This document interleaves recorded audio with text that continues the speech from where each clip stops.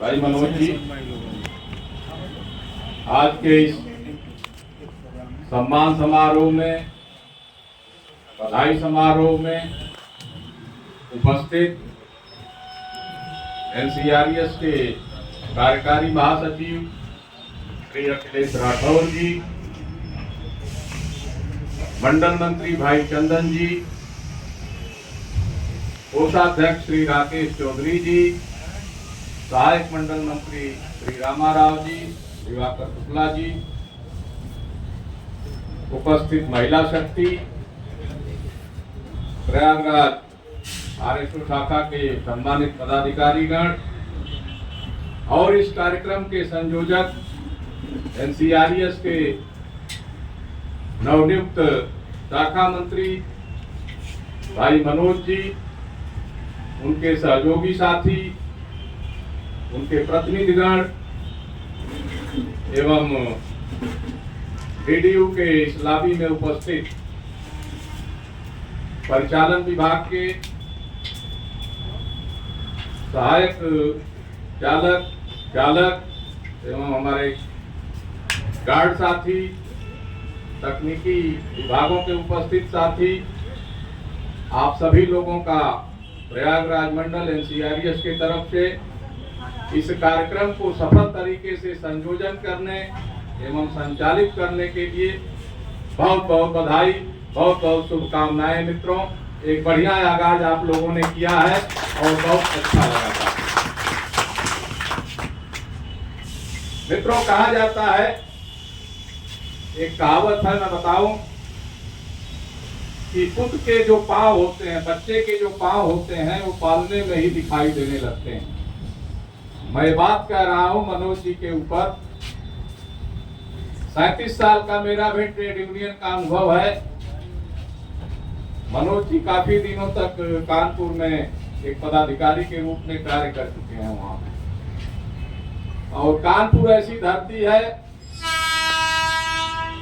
कि कोई महीना वंचित नहीं रहता है, कहीं न कहीं धरना प्रदर्शन और यूनियन एक्टिविटीज होती रहती है। मित्रों, वो कर्मचारियों की धरती है और सेंट्रलाइज स्टाफ वहाँ पे बहुत मुखर रूप से इनका वहाँ पे कार्य करने का तरीका था और देख के लगता था कि नहीं, इनको कहीं कहीं नेतृत्व करने की क्षमता है। तो मौका भी आज संयोग से मिल गया है। सहयोग के रूप में जो आप लोगों ने इनको एक तरीके से ताकत दिया है, आज वो आपके सामने उपस्थित है। मित्रों, महामंत्री जी का विचार ये था कि मुगल सराय की ये लोगों की जो ब्रांच है, ये सेपरेट ब्रांच बने। अभी कर्मचारियों की संख्या की तादाद कम है। अभी तादाद कम होने की वजह से ये आंशिक रूप से ब्रांच का गठन हुआ है। स्टाफ बढ़ेगा तो एक स्वच्छंद रूप से आरएसओ की ब्रांच यहाँ पे महामंत्री जी बनाएंगे, ऐसा उनका आश्वासन है। इन लोगों को भी मालूम है। मित्रों, सबको काम करने का उसमें मौका मिलेगा। जो हमारे साथी आगे आके काम करना चाहेंगे उनको दिया जाएगा। दूसरी साथियों, बात यूपीएस की। एनपीएस का आंदोलन, एनपीएस की प्रारंभिक स्थिति क्या थी? जनवरी 2004 में लागू हुआ था। सूत्रधार कौन थे? जो आज स्थिति आंदोलन की बनी थी एनपीएस से ओपीएस में जाने के लिए 20 साल के बाद जो 50% के लगभग कामयाबी मिली है, 50% हम लोग कामयाब हुए हैं, ये 20 साल का नतीजा है। मित्रों, लेकिन जो स्थिति 2004 में बनी, वही स्थिति पुनः बनने जा रही है। कहने में हमें कोई संकोच नहीं है कि जो हमारे पुराने साथी वो जानते हैं कि एनपीएस का जो एक माहौल बना था उस समय, उसमें रेल के तरफ से जैसे संयुक्त मोर्चा बना है, उस समय भी हमारे पुराने साथी वहाँ पे थे। मंच के माध्यम से हम लोग नाम लेना नहीं चाहते हैं, लेकिन इतना जरूर आपको इशारा करूंगा कि वो लाल झंडे वाले लोग थे और उसमें ट्रस्टी के रूप में उनको भी रेल की तरफ से एफआईआर ने भी मुकर्रर किया था कि हमारा सहयोग है। जैसे आज है वैसे उस समय भी था। निगोशिएशन करने गए थे, साइन करके चले आए, जिसका आज तक फल हमारा एनपीएस का साथी भोग रहा है। सारे कर्मचारी संगठन भोग रहे हैं। स्थिति वही थी। अभी एक हफ्ता पहले भी आप लोगों ने देखा होगा, जब तक यूपीएस की घोषणा नहीं हुई थी, बड़े स्तर के नेता लोग, राष्ट्रीय स्तर के नेता बोल रहे थे कि ओपीएस तो अब मिलने से रहा, जो है ओपीएस नहीं मिल पाएगा। बहुत सारे साथी सुने भी होंगे, जो लोग एक चैनल वगैरह पे, सोशल मीडिया हम तो बहुत कम देख पाते हैं, लेकिन बताया लोगों ने। लेकिन मित्रों, अब की स्थिति थोड़ी भिन्न थी। आक्रोश जमीनी स्तर पे बहुत ज्यादा था। कारण उसका था कि हम लोग भी यहाँ बोल के जाते हैं, और हमको अगर दोबारा आपके बीच में आना होगा तो कहीं न कहीं हमें संकोच लगेगा। अगर कुछ लेके नहीं आएंगे तो अगर हम ट्रेड यूनियन कर रहे हैं, आपने हमें कुछ लायक बनाया है, तो हमारी भी आपके कर्तव्यों के प्रति और अपने जवाबदेहियों के प्रति सतर्क रहने की जरूरत होगी। वही स्थिति बनी थी। आदरणीय राघवैया साहब ने NFIR के जो राष्ट्रीय महासचिव है, राष्ट्रीय अध्यक्ष आदरणीय गुमान सिंह साहब ने, और हमारे NCRES के आदरणीय जनरल सेक्रेटरी महोदय जो वर्तमान समय में आरपी सिंह साहब NFIR के राष्ट्रीय कोषाध्यक्ष हैं, उनका यह स्पष्ट निर्देश था कि अब की करो या मरो की स्थिति बिना उत्पन्न किए कुछ इसमें हमको सफलता नहीं मिलेगी। मित्रों, मैं बहुत पुरानी अगर चर्चा करूंगा तो घंटों लगेगा, लेकिन इतना बताऊं, पिछले साल का एक प्रदर्शन रामलीला मैदान में हुआ था और पूरे हिंदुस्तान स्तर पे इसका अनाउंसमेंट हुआ था कि भारी से भारी संख्या में हर स्टेशनों से कर्मचारी जाएंगे, सारे फेडरेशन इसमें सब पार्टिसिपेट करेंगे। मित्रों,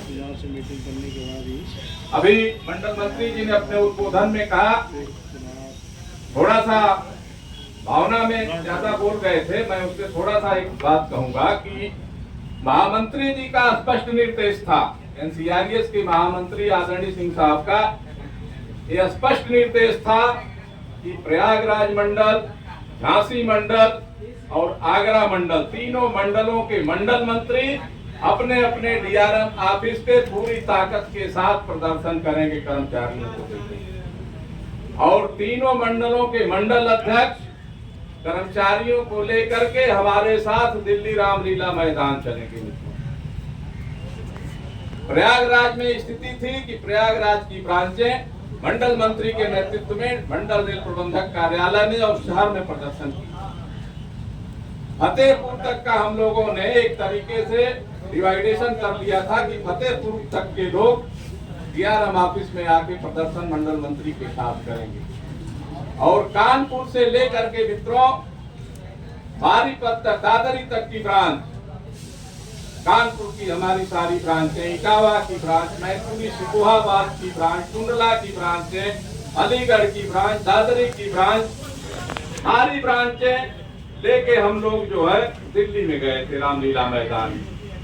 जाने की स्थिति क्या थी मित्रों? कहा जाता है कि कोई अगर हमें अचीवमेंट पाना है, कुछ हमें प्राप्त करना है, गेन करना है, हमें से अभिप्राय है कर्मचारी साथियों का, तो हमें तकलीफ कहीं कहीं उठानी पड़ेगी। अगर 10, 20, 25, 50 की तादाद में हम लोग भी लेके जाते, NCRES NFIR कैडर भी लेके जाता, तो हम लोग भी श्रम शक्ति एक्सप्रेस में रिजर्वेशन करा लेते, आराम से सोते हुए जाते और वहां उतर के प्रदर्शन करते। जो हमारे कानपुर के साथी हैं गवाह होंगे इस बात के, जो कानपुर से श्रम शक्ति एक्सप्रेस चलती है, उस दिन हम लोगों ने बात किया, RPF के वहाँ पे असिस्टेंट कमांडेंट बैठते हैं, उनसे बात हुई, RPF इंस्पेक्टर से बात हुई, DRP के CO और इंस्पेक्टर से बात की गई कि आज आप लोगों के सहयोग की आवश्यकता है NCRES NFIR।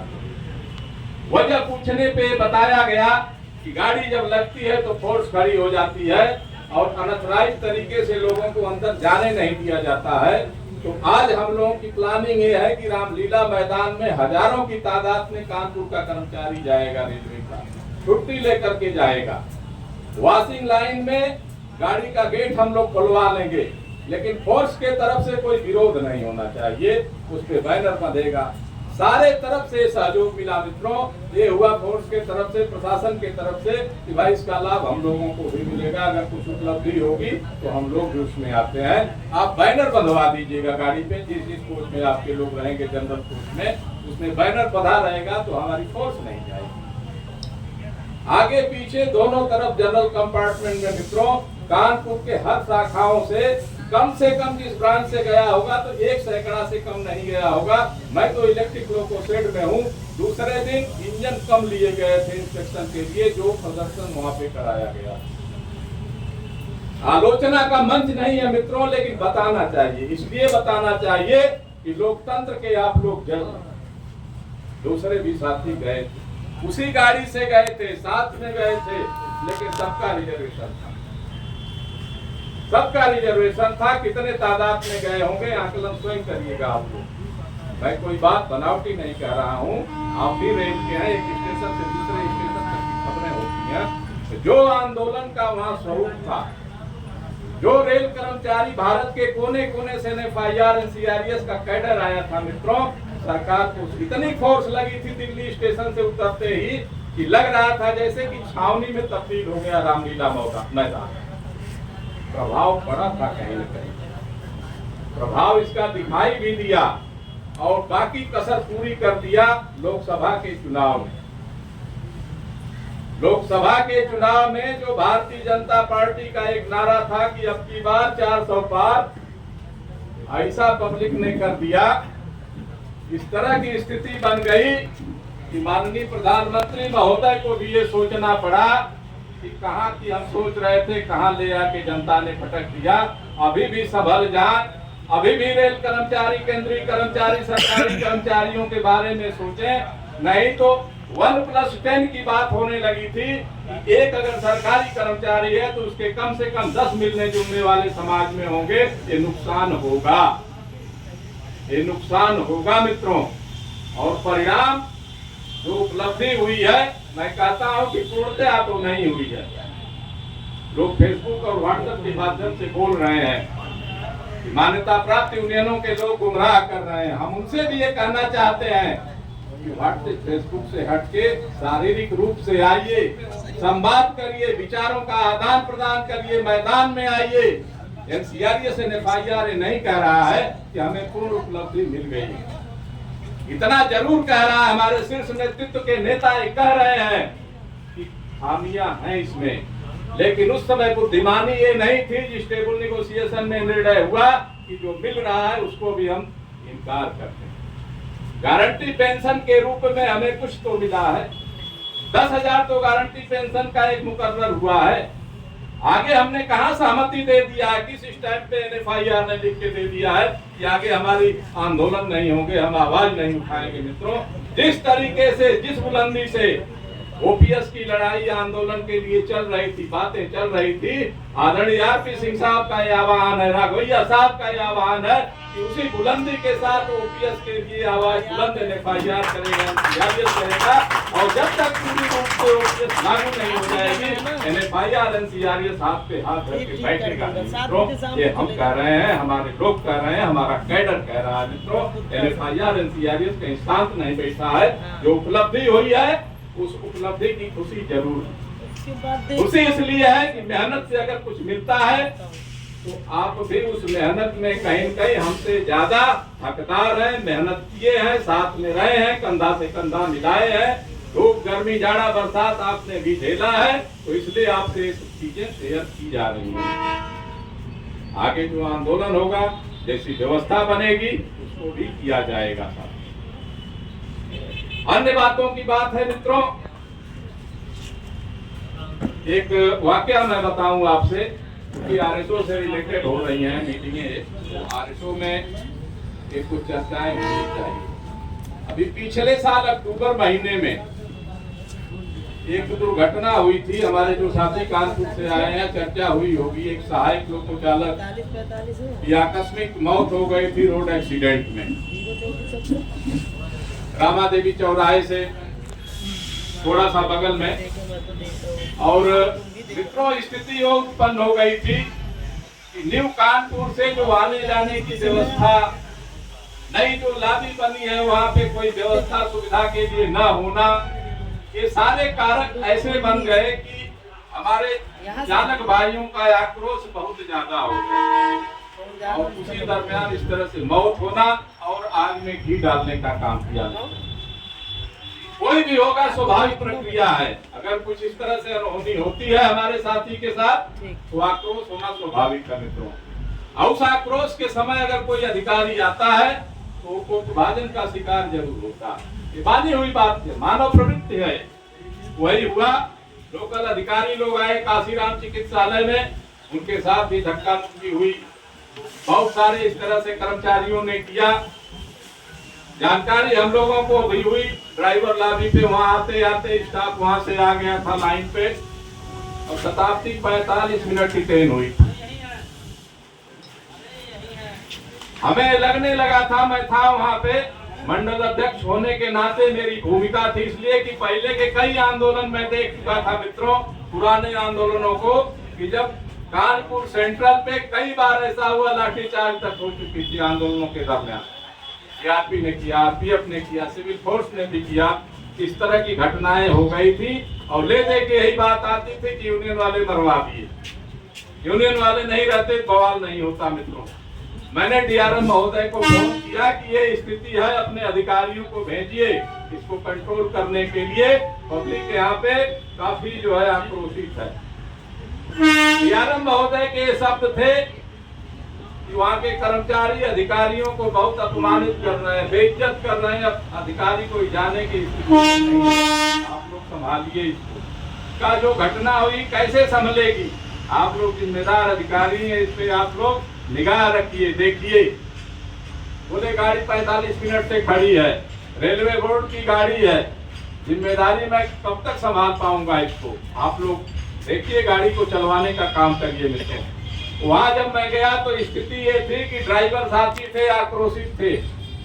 पूरा जीआरपी का अमला, आरपीएफ का अमला, सिविल पुलिस के साथी, रेल बाजार थाने का अमला, पूरी फोर्स लगी हुई थी। स्थिति मित्रों ये थी कि अगर 5 मिनट और नहीं संभाला जाता तो लाठीचार्ज भी होता, एक्शन भी होता। ये लड़ाई हम लोग बैंकुट पे ले आके खड़ी करके और बिल्कुल नुकसान के कगार पे हम लोग खड़ा कर देते कर्मचारी। गए अपने साथियों को लेकर के, दूसरे भी यूनियन के साथी उसमें थे। जो सही बात है हमें बोलने में संकोच नहीं है। अन्य साथी भी थे, बहुत झड़प हुई आक्रोशित साथियों से, लेकिन समझा बुझा के 10-15 मिनट में हमने ट्रैक खाली कराया। लेकिन प्रशासन तो प्रशासन होता है। बात भी हुई डीआरएम साहब से कि गाड़ी आपकी चलती है, फोर्स को मना करिए और कोई एक्शन नहीं होना चाहिए। उनका भी कहना था, आक्रोशित थे, बहुत थे, लेकिन बोले ठीक है ठीक है। लेकिन मन में कहीं कहीं ये बातें थी मित्रों की प्रशासन जल्दी बैकफुट पे आता नहीं, कार्रवाई होगी। हुआ भी वही जो है। अज्ञात में 150 लोगों के ऊपर एफआईआर हुई। सारे सीसीटीवी से फोटो निकलवा के जांच के लिए जीआरपी आरपीएफ को दिए गए। दोनों यूनियनों के शाखा अध्यक्ष, शाखा मंत्री प्लस कई पदाधिकारियों के ट्रांसफर कर दिए गए। और मित्रों बड़ी बात नहीं करता, एक प्लेटफार्म जो तैयार किया था एनसीआरएस ने, हम लोगों ने जो एक प्लेटफार्म तैयार किया था, ये पूछिएगा अकेले में दूसरे यूनियन, मान्यता प्राप्त यूनियन के साथियों से कोई जाके बात करने की स्थिति में नहीं था। और एक बार नहीं 2-3 बार बात हम और मंडल मंत्री जब जाके किए हैं, डीआरएम से लेकर के सीनियर डी आदेशों तक, तो सीनियर डी साहब का एक कहना था कि अन्य लोग भी एक बार आए थे, मैंने डांट के भगा दिया था। बैठे हैं चंदन जी भी बैठे हैं, मैं इस पे विचार करूंगा। अभी ये हुआ ठीक है, 1-2 दिन और विचार आप कर। लेकिन मित्रों वार्ता करके सबका ट्रांसफर रुकवाया गया। ड्यूटी भी जहां वो कर रहे थे वहां दिलाई गई। आरपीएफ के द्वारा जो जांच हो रही थी उसका भी पटाक्षेप कराया गया। कुछ चार्जशीटें बनी थी, चार्जशीटों को भी स्पंज कराया गया, किसी ड्राइवर साथी को लेने नहीं दिया गया। इस तरीके का एक संघर्ष हम लोगों ने किया। मेरे कहने का अभिप्राय है कि मंच पे हम वही बात बोलें जो हम कर सकते हैं या किए। भूल जरूर बात करके, भ्रामक प्रचार करके, भ्रामक बातें करके हम कर्मचारी को गुमराह न करें। इसलिए कि हमें रोज यहीं आना है। हम सांसद नहीं है, विधायक नहीं है, हम आप ही जैसे एक कर्मचारी है।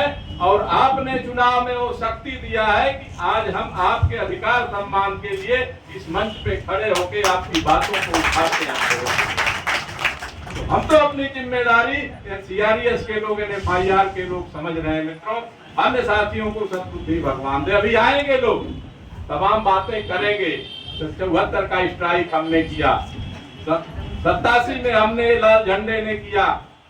मित्रों, हम एक बात कहते हैं आप लोगों के माध्यम से, हमारे बाबा बहुत बहादुर थे, पिताजी भी बहुत बहादुर थे, लेकिन हमको भी तो कुछ कहना चाहिए। मरे बाप की दिया हम कब तक ही रहेंगे? हमको भी तो कुछ करना चाहिए बहादुरी। हमें भी तो मैदान में तलवार बांधनी चाहिए, ना हम मारे लेकिन फुफकार तो मारे। भाई, प्रशासनिक अधिकारियों को भी तो लगे कि नहीं, यूनियन जिंदा है। मैं दावे के साथ कह सकता हूं कि हमारे अन्य साथी, पूरे डिवीजन की बात कर रहा हूं मित्रों, कहीं पूरे कार्यकाल में किसी भी ब्रांच अफसर के विरुद्ध एक दिन का भी अगर धरना प्रदर्शन हड़ताल किए हो तो उनसे जवाब उनके मुंह से नहीं निकलेगा। पूछिएगा आपको।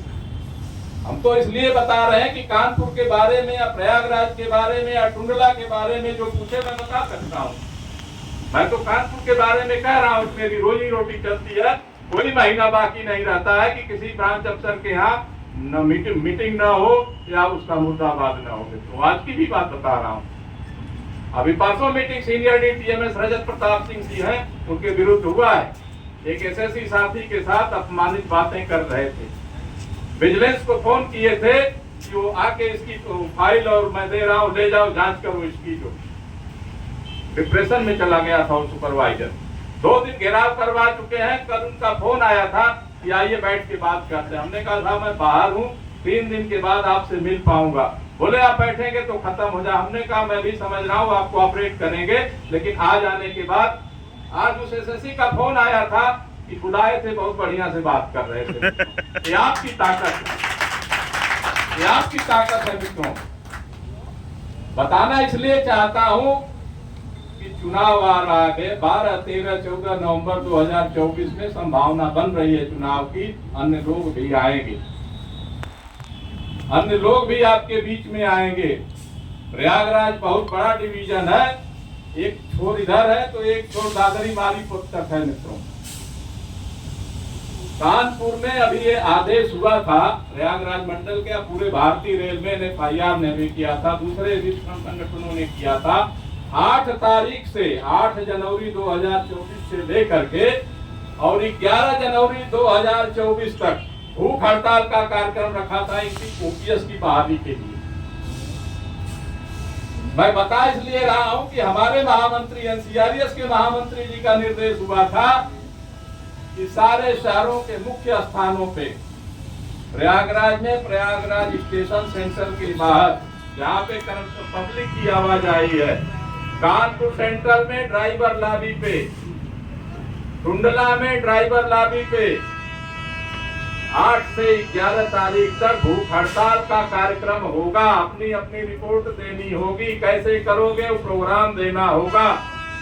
और एनसीआरएस ने किया। अन्य संगठन का आदेश हुआ था, उनका भी यही आदेश था, लेकिन थोड़ा अंतर था। अंतर क्या था कि अपने अपने यूनियन कार्यालयों में भूख हड़ताल करना है, और वही हुआ मित्रों, वही हुआ। कानपुर की स्थिति मैं बताऊं कि 8 तारीख को ड्राइवर लॉबी पे भूख हड़ताल के लिए सीटीएम को चिट्ठी हमने दिया था। 10 बजे जब हम आए तो देखे लॉबी के दूसरे तरफ दूसरे साथी गद्दा बिछा रहे हैं।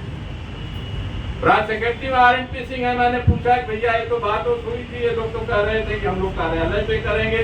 बोले वो बता रहे हैं कि नहीं हम लोग भी वही करेंगे जो है। हमने कहा बहुत अच्छी बात। एक तरफ मंच लगा था हम लोगों का, दूसरे तरफ जमीन पे करके और कार्यक्रम शुरू कर दिए जल्दबाजी में। दूसरे दिन उन लोगों ने अपना मंच बनाया, लेकिन तरीका देखिए, 2 पालियों में भूख हड़ताल एनसीआरएस एफआईआर कैडर ने किया। जो साथी सवेरे 10 बजे बैठते थे भूख हड़ताल पे, तो रात में 10 बजे चले जाते थे, और रात में 10 बजे जो पाली आती थी वो सवेरे 10 बजे चली जाती थी। ये तारतम्य 4 दिनों का रहा हमारा, पूरे डिवीजन में क्या, पूरे जोन में। और वही दूसरे साथियों का तारतम्य क्या रहा कि 10 बजे आते थे, 10 से 5 उनका भूख हड़ताल होता था, 5 बजे टेंट वगैरह सिमट जाता था। दूसरे दिन की स्थिति ये बनी कि हम लोगों ने प्लेटफॉर्म साइड में लाउड स्पीकर का मुंह करके रखा था। उन लोगों ने हम लोगों के साइड में अपने हार्न बजाने शुरू कर दिए कि व्यवधान उत्पन्न। बड़ा प्रोग्राम था, सिविल एलआईओ के एसएसपी वगैरह भी उसमें आए थे, रेलवे इंटेलिजेंस थी, बहुत हास्यास्पद स्थिति हो गई थी। मतलब जांच एजेंसियों का ये कहना था, डीटीएम खुद चल के आए थे, बुलाए थे, बोले यार क्या कर रहे हैं सब जो। हमने कहा इसको कौन समझाएगा साहब, हम तो आपके माध्यम से भारत सरकार को यहाँ चेतावनी देने के लिए बैठे हैं, लेकिन हमारी आवाज दबाने के लिए जिधर हमारी आवाज हॉर्न है जा रहा है, आवाज लाउड स्पीकर की आवाज, तो जस्ट अपोजिट करके वो हमको सुना रहे। पूछिएगा जो लाबी पे नौकरी करते हैं, आप लोगों का तो आना जाना होता है जगह, पूछिएगा कि ये स्थिति थी। तो मित्रों मेरा कहना यह है कि ट्रेड यूनियन का कर्तव्य क्या होता है समझने की जरूरत है। आप कंपटीशन करिए, काम का कंपटीशन करिए, आंदोलनों की कंपटीशन करिए, उपलब्धियों को ले आने के लिए हड़ताल या इस तरह के ही आंदोलन होने हैं, इसमें आप कंपटीशन करो ना, काम करो।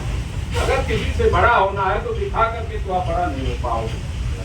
अगर हमसे आगे, हमसे लंबी लाइन आप खींच लोगे तभी आप बड़ा नेता बन पाओगे मित्रों। नहीं बात कहने से तो पब्लिक जरूर कहीं न कहीं आकलन करती है। कर्मचारी है, मैं कहा ना, यहाँ सांसद विधायक नहीं है, यहाँ रेल का कर्मचारी है, रोज उन्हीं के बीच में रहना है, रोज उनके यहाँ की समस्या सुनना है, रोज अधिकारी के पास बैठना है समस्याओं के निदान के लिए मित्रों। हर समस्याओं का निदान यूनियन नहीं करा पाती है, सीआरपीएफ नहीं करा पाती, कोई नहीं करा पाएगा, लेकिन प्रयास तो हम करते हैं। 10 समस्या लेके जाते हैं तो 5 का निस्तारण तो हम करा के ही आते हैं मित्रों। तो इस तरह की सोच हम लोगों की है रचनात्मक। आने वाला समय निश्चित रूप से एक चुनावी समय भी होगा और चैलेंजिंग का समय होगा मित्रों। इस लोकतांत्रिक प्रक्रिया के आप लोग जज हैं, बहुत सूझबूझ का परिचय दे के ये भी निर्णय आपको लेना है। और मित्रों जो पार्टी यहाँ की बनी है, मैंने पहले भी बताया कि अभी पूरा हिसाब न होने के कारण अधिकृत पूरे आंशिक तौर पे ही ये बॉडी निकल पाएगी। अभी महामंत्री जी ने जैसा बोला है, जैसे यहाँ का स्टाफ बढ़ेगा तो इस लाल आरएसओ की पूरी बॉडी यहाँ पे, पूरी ब्रांच एक सशक्त ब्रांच के रूप में खड़ी होगी, ऐसा हमें पूर्ण रूप से विश्वास है, भरोसा है। रह गई और अन्य मुद्दों की बात, तो अभी हम लोगों को चुनाव भी जाना है, चुर्क भी जाना है मित्रों, और चर्चाएं तो निश्चित रूप से होती ही रहेंगी आप लोगों के बीच में। लेकिन एक बात जरूर कहूंगा, ताकत आप है, कहावत है, कहा भी जाता है मित्रों कि जिस ओर जवानी चलती है उस ओर जमाना चलता है। तो अब तो आप लोग नौजवान हो, इस चीज को सोचो और एक सोच के साथ साथ अपनी सोच बनाओ कि खुद ही को कर बुलंदित ना, खुद ही को कर बुलंदित ना कि हर तकदीर से पहले खुदा बंदे से खुद पूछे, बता तेरी रजा क्या है, बता तेरी रजा क्या है। तो आप लोग नौजवान हैं, ताकतवर हैं, आंदोलनों में हिस्सा लीजिए, अपने ऊर्जा को बढ़ाने का काम करिए। प्रशासनिक अधिकारी आते जाते रहते हैं, प्रशासनिक अधिकारी आते जाते रहते हैं, चाहे वो क्लास 1 हो, क्लास 2 हो, हमको आपको एक साथ रहना है। हम तो इस पैटर्न पे हम सारे लोग काम करते हैं कि हमारे सुख दुख के साथी, हमारे सहभागी, हमारे सहकर्मी कर्मचारी साथी हैं। अधिकारियों से तो तारतम्य अगर शक्ति होगी तो अधिकारी को हम मैदान में भी घेर के मना लेंगे, और अक्सर हम लोग करते हैं। इन चीजों से गुरेज एनसीआरए से एफआईआर कैडर नहीं करता है मित्रों। तो इन्हीं सब बातों के साथ नए ब्रांच के गठन के उपलक्ष्य में पुनः आप सभी लोगों को हृदय से बधाई देता हूं और ये भरोसा दिलाना चाहता हूं साथियों कि जो भी समस्याएं मनोज या इनके टीम के माध्यम से आप लोगों के द्वारा दी जाएगी, समस्या का स्वरूप क्या होगा वो तो देखने के बाद पता चलेगा, उसका रास्ता निकाला जाएगा। लेकिन आप ये मान के चलिए कि चाहे डीडीयू की लॉबी हो, न्यू कानपुर की लॉबी हो, प्रयागराज या करछना की लॉबी हो या टुंडला की समस्या हो मित्रों, महामंत्री जी भी जब भी पीएनएम हुई है कम से कम 20-25 मिनट उनका भी इसी पे चर्चा सीएम महोदय के सामने होता रहा। वो भी ये बातें रखते हैं। तो ज्यादा ये बात सही है कि नई जगह पे समस्याएं उत्पन्न होती हैं। मेडिकल की समस्या है, आवासीय समस्या है, तो इन समस्याओं पे भी एनसीआरएस के महामंत्री जी बहुत गंभीरता से विचार कर रहे हैं और बहुत जल्दी कुछ उपलब्धि आपके बीच में आएगी। प्रयास हम लोग भी करेंगे कि एक बार फिर आपके बीच में जल्दी आवें, लेकिन मित्रों इन सब चीजों पे आप लोगों को भी ध्यान रखने की जरूरत है। पिछला चुनाव हुआ था 2013 में, तो हमारे साथी कहते थे कि 100 में 80 हमारा है, बाकी में बंटवारा है। ये नारा था लाल झंडे का। बोलते थे काम बोलता है भाई, काम बोलता है। चुनाव जब हो गया, परिणाम आया, तो ऐसा काम बोला था कि तीसरे दिन थोड़ी सी हम लोगों से चूक हो गई थी, नहीं मान्यता ही चली गई थी। किसी तरीके से 37% पे आके रुका था। वही एनसीआरएस का 57.5 से ऊपर था 2013 के चुनाव की बात। लेकिन आप लोगों का आह्वान इस मंच के माध्यम से अब जरूर करूंगा कि काम किसका बोलता है। अगर मैं कहता हूं बराबर मंच लगाना हो या मंच लगाएंगे तो अपने कामों का उल्लेख करेंगे। हमारी ब्रांच बन कर वो भी बताने का काम करेगी। लोगों से ही मंडल मंत्री हैं, वो भी जवाब देंगे। और धरना प्रदर्शन आंदोलन कर्मचारी हित के लिए कितना लोगों ने किया है वो भी बताने का वो जरूर काम करेंगे मित्रों। कि कानपुर में कितने आंदोलन किए हैं, टुंडला में कितने आंदोलन किए हैं, इटावा में कितने आंदोलन किए हैं, अलीगढ़ में कितने आंदोलन किए हैं, प्रयागराज में क्या आंदोलन किए हैं, या नए कानपुर नए मुगल सराय में लॉबी पे अभी क्या वो कर रहे हैं, ये चीजें उनको भी बतानी चाहिए। डिविजनल सेक्रेटरी महोदय बताए, महामंत्री जी भी आएंगे, प्लान उनकी भी है, सोच रहे हैं कि न्यू कानपुर लॉबी पे मैं चलूं, आने का काम वो भी करेंगे, आपके बीच में संवाद करेंगे मित्रों। तो इन्हीं सब बातों के साथ पुनः आप सभी लोगों का हृदय से अभिवादन और धन्यवाद करते हुए, और आज के इस मीटिंग की सफलता के लिए संयोजनकर्ता के रूप में जो हमारे साथी यहाँ पे आप लोग उपस्थित हैं, आप सभी लोगों का हृदय से धन्यवाद करते हुए अपनी वाणी को यहीं विराम देता हूँ और विधिवत रूप से सभा समापन की घोषणा करता हूँ। जय हिंद, जय समाजवाद, इनकलाब जिंदाबाद। जय तिरंगा, जीत तिरंगा, जय तिरंगा, जीत तिरंगा। बोलूंगा जय तिरंगा, बोलिए जीत तिरंगा, जय तिरंगा, जीत तिरंगा, जय तिरंगा, जीत तिरंगा। इनकलाब जिंदाबाद, जिंदाबाद, मजदूर एकता जिंदाबाद, जिंदाबाद, सारे साथी जिंदाबाद, जिंदाबाद। धन्यवाद।